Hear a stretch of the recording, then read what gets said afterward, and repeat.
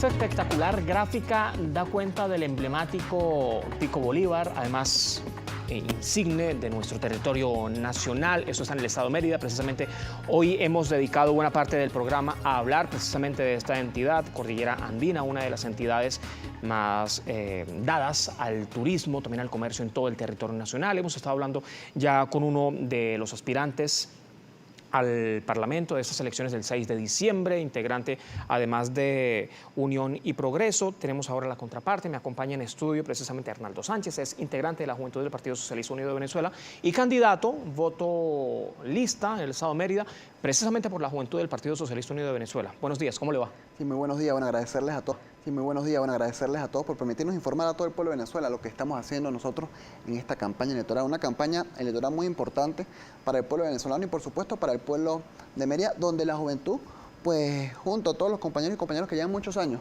en toda la política nacional y la política regional, pues hemos realizado un excelente equipo para poder fortalecer todos los procesos necesarios y que el pueblo de Mérida, en este caso, pues sin duda alguna, sea el mayor beneficiado en este proceso electoral.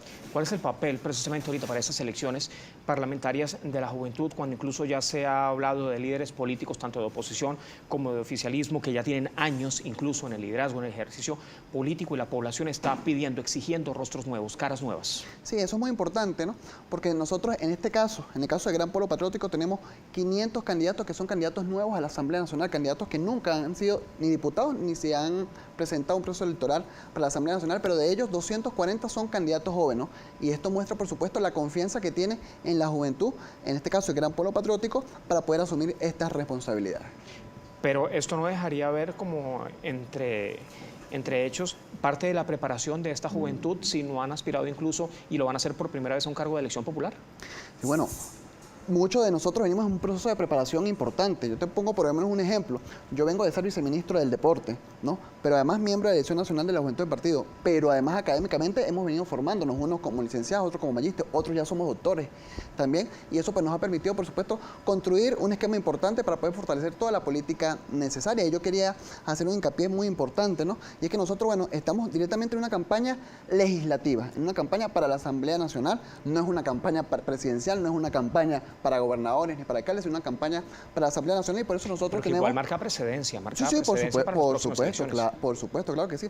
Y por ello nosotros pues tenemos un proyecto muy importante que queremos siempre hacérselo llegar al país, en este caso hacérselo llegar al Estado de Mérida, ¿no? Nuestro proyecto es lograr consolidar un aparato económico, productor, industrial, que fortalezca a todos los sectores de Venezuela, a todos los sectores del Estado de Mérida y a todas las familias venezolanas.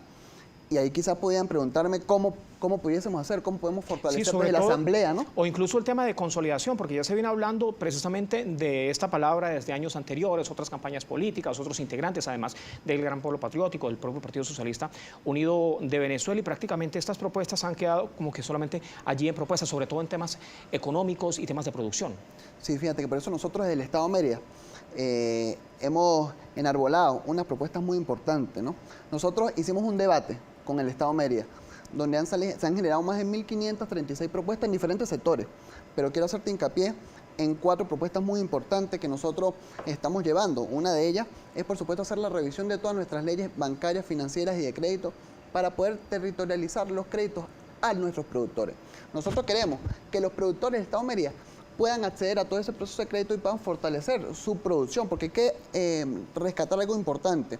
El Estado de Mérida produce un gran porcentaje de la alimentación agrícola del país, y por eso nosotros queremos que nuestros productores del páramo, del eje panamericano, de los pueblos del sur, del eje Mocotí, pues tengan acceso. Pero además decirte que nosotros desde la juventud pues apostamos al emprendimiento de la juventud, al soy joven productivo. Por ello nosotros queremos pues fortalecer, revisar esas leyes, fortalecerlas de tal manera que la juventud del Estado de Mérida que produce, que emprende en diferentes sectores, en diferentes ámbitos, pueda pues, ser beneficiado de todos estos proyectos. Pero además, Mérida es un estado, como lo hemos planteado, con muchas fortalezas para el turismo, y nosotros queremos, incluso desde la Asamblea Nacional, hacer todas las revisiones necesarias de todos los elementos jurídicos del turismo para poder fortalecer el Estado de Mérida desde el punto de vista del turismo. Pero por ello nosotros queremos retomar la ley de zona libre del Estado de Mérida, que fortalece el aspecto tecnológico, industrial y el aspecto artesanal. Fíjese, información además que aparece en medios de comunicación que dan cuenta del estado de Mérida. Caficultores se declaran en crisis por la caída de la producción en 80%. Temas además económicos, y da cuenta de la declaración que daba Nelson Moreno, que es el presidente de la Asociación Venezolana de la Industria del Café. ¿Cómo hacer, por ejemplo, con estas propuestas que ustedes plantean llevar para la Asamblea Nacional, más allá de que se busque incluso articulación, fortalecimiento o consolidación, que bien lo ha dicho en esta entrevista, para que realmente existan resultados positivos, sobre todo en temas álgidos como este? El estado de Mérida es uno de los principales estados productores de café, muy bueno además el café del estado de Mérida, pero está en caída de la producción según la Asociación Venezolana de la Industria del Café. Sí, bueno, ahí marcarte el esquema en 3 aspectos importantes. Uno, nosotros buscamos lograr tener una alianza nacional e internacional con la empresa pública y la empresa privada. Eso lo plantea incluso la ley antibloqueo. Pero además fortalecer a los productores nacionales. Ahora quiero acentuar en algo muy importante que le ha afectado a los productores, porque le ha afectado mucho a los productores. Nosotros, por ejemplo, teníamos una empresa que es de empresa venezolana, que es Monómero. No sé si la has escuchado. Monómero, que queda en Colombia, perteneciente al Estado venezolano, donde todos los insumos, fertilizantes, triple 15, los productores deben conocer, saben de lo que les estoy hablando. Venía allá y bueno, a ningún productor le faltaba todos los insumos para poder producir. Y resulta que esta asamblea del 2015, del 2016 mejor dicho, bueno, nos quitó Monómero. Resulta que hoy los productores del Estado Mérida, no solamente los del Estado Mérida, los productores del país, de todos los insumos, pues hoy carecen de esos insumos que son tan necesarios para la producción nacional, ¿no? El nitrógeno, el fósforo, el potasio, que se requiere sin duda alguna para poder producir. Entonces, obviamente existe una debilidad que nosotros buscamos fortalecerla a través de esas alianzas nacionales e internacionales con la empresa privada, con el Estado, para que nuestros productores además no puedan ser incluso, porque fíjate lo que nos pasa con nuestros productores siembran. Yo te pongo el caso del que siembra papa. Siembra la papa, invierte un recurso, un esfuerzo, un sacrificio. Cuando saca la papa, entonces él no puede traerla para acá. ¿Y qué pasa? Que a veces, tema traslado, ¿qué pasa? Que a veces no tiene los recursos necesarios para poder trasladar y salir de la cosecha. ¿Qué viene? Viene un tercero, le compra esto a bajo precio y después lo trae, ya sea para Caracas o para cualquier otro estado, lo duplica, lo triplica, y al final el productor, el que está en el campo sembrando, no es el que se gana los recursos, no es el que se beneficia de los recursos. Y no el pueblo, existir propuestas económicas para tratar de contrarrestar un poco esta línea. Justamente por eso es que nosotros apostamos a la revisión de todas estas leyes y al fortalecimiento del productor. Nosotros apostamos a ese productor que está en el campo, que está sembrando y que, bueno, que está realizando todos los esfuerzos y los sacrificios necesarios para poder llevar la comida no solamente al merideño y a la merideña, sino a Venezuela, porque, bueno, hay que decirlo, más del 50% de los insumos agrícolas vienen del Estado de Mérida, por lo menos para el occidente y el centro del país.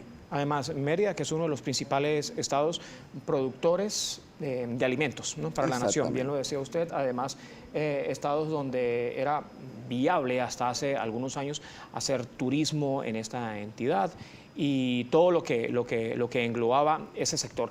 Estamos conversando con Arnaldo Sánchez, es integrante de la Juventud del Partido Socialista Unido de Venezuela, además candidato votolista del Estado de Mérida por el Gran Polo Patriótico. Esta es Primera Página. Queremos conocer sus inquietudes, sus comentarios, sus sugerencias. Vamos a la pausa, Arnaldo, pero al regreso quiero incluso quiero tocar el tema de las exigencias prioritarias, ¿no?, de la población, temas servicios básicos, protestas que también se han registrado en la entidad, respuestas a otros candidatos al Parlamento y temas además también de campaña que ustedes están haciendo en la entidad. ¿Le parece? Marcamos la pausa, esto es Primera Página, 7:26 tiempo local, ya cambia el digital, 7:27. Pausa muy breve y ya venimos. Panorámica, una imagen bastante amplia del sistema del teleférico de Mucumbarí. Esto es en el estado Mérida, además, que conecta a la población con este atractivo espectacular, con el Pico Bolívar, además con esta montaña, con el páramo merideño, propicio incluso para observar, digno además de visitar. Sin embargo, existen muchísimas quejas de la población, incluso por abandono, por desidia, aunque ahorita no está funcionando, me decía incluso en el corte, ¿es así? Sí, exactamente. Ahorita, bueno, por el tema de la pandemia se cerraron, pero están haciéndole mantenimiento, ¿no?, al teleférico. Y ya, bueno, nosotros esperamos que ya, en este caso el gobierno nacional, muy pronto pues, nos pueda dar noticias sobre el inicio del teleférico. Luz verde para que siga funcionando. Para diciembre. Arnaldo, 123 protestas se han registrado en el estado de Mérida solamente en el mes de octubre. Esto según los datos que fueron revelados hace solamente unos días por el Observatorio Venezolano de Conflictividad Social. Es una cifra bastante elevada, sin embargo está por debajo de otras entidades como Sucre, Monagas o el propio estado Bolívar o hasta el estado Zulia, pero sigue siendo una cifra bastante elevada. Las exigencias han sido las prioritarias de la población. La escasez de combustible, la ausencia en la distribución del servicio de gas doméstico, el agua potable y el tema de la energía eléctrica. ¿Cómo plantean ustedes como juventud del Gran Polo Patriótico tratar de subsanar, de llegar a la Asamblea Nacional a partir del 6 de diciembre o el 5 de enero, cuando ya suma el año lectivo? Bueno, primero decirte que nosotros estamos muy claros y muy conscientes de la realidad, ¿no? Nosotros no tapamos el sol con un dedo y por supuesto que reconocemos que hay dificultades importantes en el Estado referente a justamente lo que usted nos planteaba, ¿no? El tema del gas, el combustible, el tema de la energía eléctrica, ¿no? Ahora es importante que el pueblo conozca el porqué y uno de los aspectos que nosotros hemos resaltado es ir a la comunidad, es ir a conversar con el pueblo, es ir a escucharlo primeramente, ¿no? Pero también explicarle la situación que nosotros estamos viviendo hoy. Y es importante resaltar algo. Fíjate, nosotros tenemos un fuerte problema, un grave problema con respecto a la energía eléctrica. Problema que nosotros hemos trabajado para solucionarlo y ya tenemos los recursos para nosotros cambiar todo el sistema de turbina de nuestra planta, ¿no? Don Luis Zambrano. Pero la Don Luis Zambrano tiene esa turbina que es Siemens. Y Siemens tú sabes que es alemana. Y está en Alemania o Canadá o Estados Unidos. Y llevamos meses y meses y meses nosotros buscando poder adquirir esa turbina para nosotros mejorar el sistema eléctrico del Estado de Mérida y hasta ahora, han pasado meses, aún con el dinero en la mano, no hemos logrado hacerlo. Entonces, por supuesto que nosotros vamos a seguir buscando todos los mecanismos necesarios, generar todos los procesos y los recursos necesarios para nosotros fortalecer el sistema del servicio del Estado de Mérida y de Venezuela, pero es importante que el pueblo de Venezuela, que el pueblo de Mérida conozca la realidad de la situación. Yo te pongo un ejemplo, ¿no? Es la situación del gas, que es una situación compleja también en el Estado de Mérida. ¿Todo esto lo estaría contrarrestando y buscando una solución desde la ley antibloqueo? La ley antibloqueo es una luz en el túnel. La ley antibloqueo nos va a permitir a nosotros diferentes aspectos. Uno, lograr hacer alianzas nacionales e internacionales para fortalecer todo el tema de los servicios, no solamente los servicios, sino la producción del país. Nos va a permitir fortalecer la producción nacional y generar los recursos necesarios para fortalecer los servicios del país y fortalecer la economía de Venezuela. Son diferentes aspectos, pero además fíjate que nosotros hemos trabajado una ley que nosotros queremos llevar a la Asamblea Nacional, y es la ley de los servicios públicos y la ley especial de gas, porque nosotros creemos que como un país soberano, pues nosotros requerimos, por supuesto, un basamento legal, jurídico, que a nosotros nos fortalezca y nos dirija a todo el proceso de los servicios públicos y del tema del gas. ¿Qué contempla esta ley en la práctica? ¿Cómo se estaría reflejando en caso de que la lleven a la Asamblea Nacional? ¿Y cómo estaría ofreciendo respuestas? ¿Qué es lo la que ley gente antibloqueo. exige? No, la ley que me está hablando para solucionar el tema del gas, de la energía eléctrica. Bueno, nosotros ahorita estamos justamente en el debate y la discusión para construir todo el proyecto de ley que vamos a llevar a partir del 5 de enero a la Asamblea, pero te daré algunos aspectos importantes. Por ejemplo, pues todo el proceso de transparencia, ¿no?, del sistema público nacional, de gestión, pero además, pues todos los aspectos importantes que puedan fortalecer, pero también tomar en cuenta todas las fortalezas que tiene el país para poder generar no solamente el sistema eléctrico, sino las fortalezas desde el punto de vista del gas y desde el punto de vista del combustible. Esto para nosotros no depender, obviamente, de un tercero, sino que desde la producción nacional nosotros podamos generar todas las condiciones necesarias sin atentar contra el pueblo venezolano, que es nuestra prioridad. Me habla incluso del tema de transparencia, sobre todo en la gestión pública, partiendo desde la aceptación que ya han hecho incluso otros candidatos, incluso desde primera línea, desde el Ejecutivo Nacional, donde ciertamente ha dicho se han cometido errores, donde han aceptado que han habido casos de corrupción, casos incluso de otros temas que han generado malversación. Mire, nosotros apuntamos a partir de este 5 de enero en la Asamblea Nacional a fortalecer la transparencia de la gestión pública.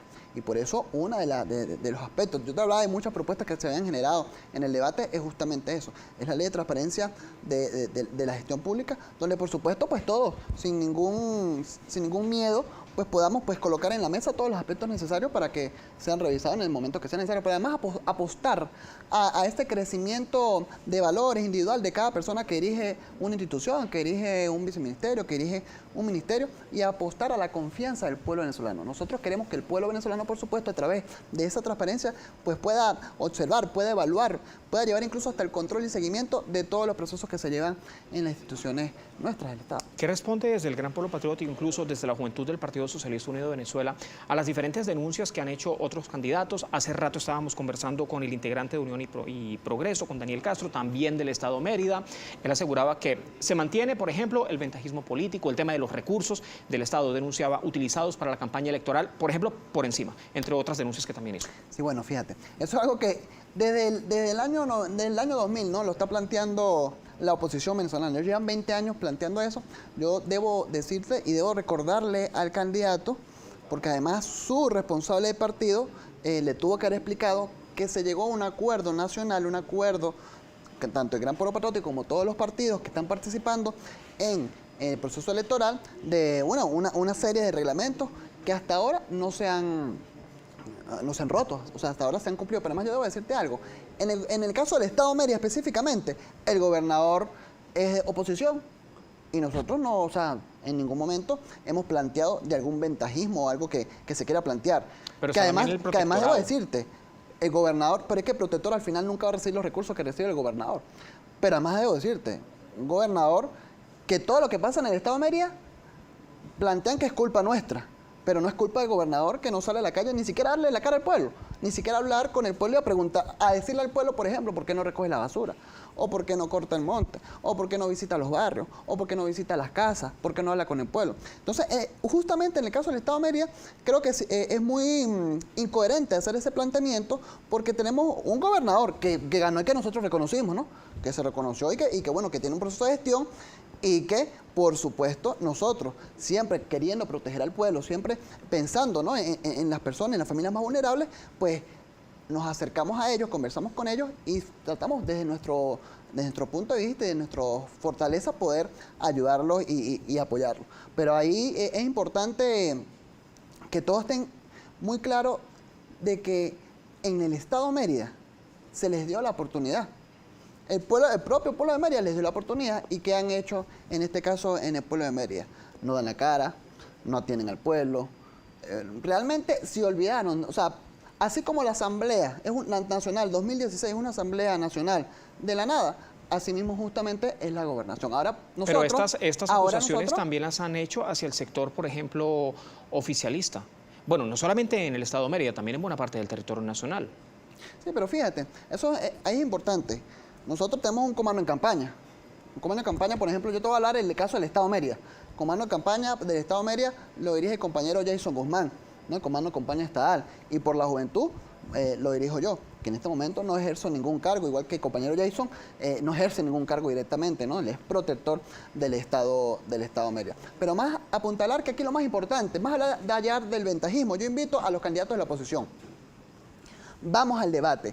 Vamos a salir a la calle, vamos al barrio, vayan a las casas, vamos a tocar cuerpo a cuerpo y cara a cara a la gente. Aquí no se trata de ventajismo, si hay ventajismo o no hay ventajismo. Aquí se trata realmente del pueblo de Mérida, que por supuesto que tiene muchos años, tiene unos cuantos años ya muy asediado, ¿no? No solamente por la gobernación, sino por la Asamblea Nacional, y hay que decirlo, ¿no?, porque esto es un proceso electoral de la Asamblea Nacional, una Asamblea Nacional que realmente no ha hecho nada, una Asamblea Nacional que generó, o mejor dicho, que las leyes que proponía la Asamblea Nacional, y es importante hablar de esas leyes, era promover el TIAR. Y si se promovía el TIAR, ¿qué pasaba? Venía una invasión para Venezuela. Y yo le digo a las madres y los padres que nos escuchan, ¿qué pasa cuando un país lo invaden? No vienen a violar a nuestras mujeres, no vienen a matar a nuestros hombres. La otra ley es la ley de privatización de vivienda. Más de 3.200.000 de vivienda. Yo le pregunto a la familia venezolana, ¿esos 3 millones querrán que le privaticen su vivienda? Ya incluso es la otra oposición que surgió también a esta oposición, por ejemplo, de las propuestas en la Asamblea Nacional liderada por Juan Guaidó para ese entonces, se ha deslindado incluso de esas propuestas, de esos proyectos. Arnaldo, hay exigencias de la población, ¿no? Además, la población que es ciertamente la columna vertebral de todo este aparato electoral. es quien escoge candidatos y es quien escoge quién va a representar a la población en la Asamblea Nacional. Precisamente se están pronunciando en redes sociales, están utilizando la etiqueta Primera Página. Rosa Colmenares tiene más preguntas. Juan Carlos, así es, a esta hora de la mañana nos siguen llegando muchas preguntas para nuestro invitado con la etiqueta Primera Página. Le pedimos, por favor, responder de manera corta para dar lectura a una mayor de preguntas y comentarios. La primera de ellas de Marcos. Él dice al invitado: ¿sabía que los trabajadores del sistema teleférico ganan sueldo mínimo? ¿Cómo sacar adelante el turismo si los que trabajan en ellos son muy mal pagados, pero allí sí cobran en dólares? Sí, mire, importante lo que está diciendo, porque es que no son los trabajadores del teleférico. O sea, realmente todos nuestros trabajadores, nuestros profesores, por ejemplo, de la Universidad de los Andes, de nuestras universidades, nuestros trabajadores, obviamente que están hoy cobrando un salario mínimo, que debemos reconocer que es un salario mínimo que, por supuesto, cuando vas a la calle no vas a lograr poder resolver todas las necesidades, y por eso nosotros vemos necesario la aplicación de la ley antibloqueo, donde a través de los diferentes convenios nacionales e internacionales, el fortalecimiento de la producción nacional, con nuestros aliados nacionales e internacionales, privados y públicos, podamos nosotros fortalecer todo el aparato económico, y que por supuesto esto va de la mano, cuando fortalecemos el aparato económico, poder fortalecer todo el sistema de salario y todo el sistema de protección social a nuestros trabajadores y trabajadoras de todos los sectores. Aquí no es solamente si es del teleférico o no es del teleférico, sino de todos los sectores, porque todos somos venezolanos y todos somos trabajadores. Bien, hay otra pregunta de César Alaya. Es una denuncia también. Dice: los productores agrícolas de los Andes son robados todos los días por la Guardia Nacional Bolivariana y policías estadales. Cobran vacunas, no hay gasolina y hay que pagar en dólares, dice César Alaya. Mire, yo quiero aprovechar esta denuncia que nos están haciendo para dar mis redes, porque yo quisiera que esa denuncia me la hicieran llegar por mis redes, Arnaldo Sánchez P, por Instagram, y me puedan hacer llegar esa denuncia bien específica, bien clara, para, por supuesto, nosotros, que siempre estamos protegiendo al pueblo, poder actuar en correspondencia a esta situación. Hay incluso parte de las exigencias, además de las exigencias de la población, exigencias de otros candidatos. Conversábamos hace minutos de las preguntas que dejaba, por ejemplo, Daniel Castro de Unión y Progreso. Él aseguraba que había planteado un debate a integrantes del oficialismo, pero que desde el oficialismo incluso no había respuesta alguna para poder responder a este debate. ¿Qué responden ustedes? No, bueno, al contrario, invitarlo a que vayamos al debate. Nosotros, si es algo que hemos fortalecido, es el debate. Yo te planteaba que hace justamente 2 días estaba yo en un debate nacional, ¿no? Un compañero de Acción Democrática, otro compañero de acá del Estado Miranda, con Podemos, hicimos un debate. Así que yo invito a Daniel y a todos los candidatos del Estado Mérida, sin ningún complejo, sin ninguna distinción, vamos al debate, generemos el debate. Nosotros creemos en el debate, porque creemos que a través del debate nosotros podemos fortalecer todos los mecanismos que se generen para ayudar al pueblo de Mérida. Así es que, Daniel, vamos al debate, sin problema y sin complejo alguno. Más bien quiero felicitar a Daniel y a otros candidatos de la oposición que se sumaron a este proceso electoral, y esperamos que el 6 de diciembre, pues obviamente el pueblo de Mérida salga a votar por su dignidad. Y que sea realmente Venezuela quien decida quién va a asumir las riendas de la próxima Asamblea Nacional luego del 5 de enero. Arnaldo, muchas gracias por acompañarnos. Arnaldo Sánchez, integrante de la Juventud del Partido Socialista Unido de Venezuela, además candidato a diputado por el Gran Polo Patriótico del Estado Mérida. Marcamos la pausa, eso es Primera Página. Al regreso, más informaciones, más temas de análisis. Ya venimos.